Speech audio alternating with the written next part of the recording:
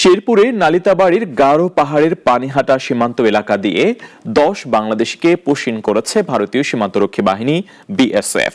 সকালে 4 শিশু ও 4 নারী সহ মোট 10 জনকে পুশ ইন করে 22 ব্যাটালিয়ন বিএসএফ এর বাবুরামবিল ক্যাম্পের সদস্যরা।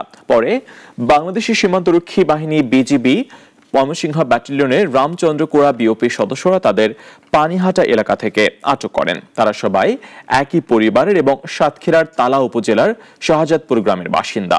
2 বছর আগে কাজের সন্ধানে ভারত বাংলাদেশের বিভিন্ন সীমান্ত দিয়ে অবৈধভাবে ভারতে অনুপ্রবেশ করেছিলেন তারা।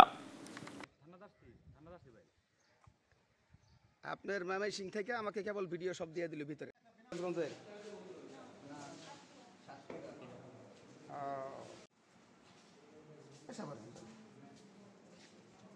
আচ্ছা, সমস্যা নাই, নিজ দেশে আয়া করছেন, সমস্যা নেই।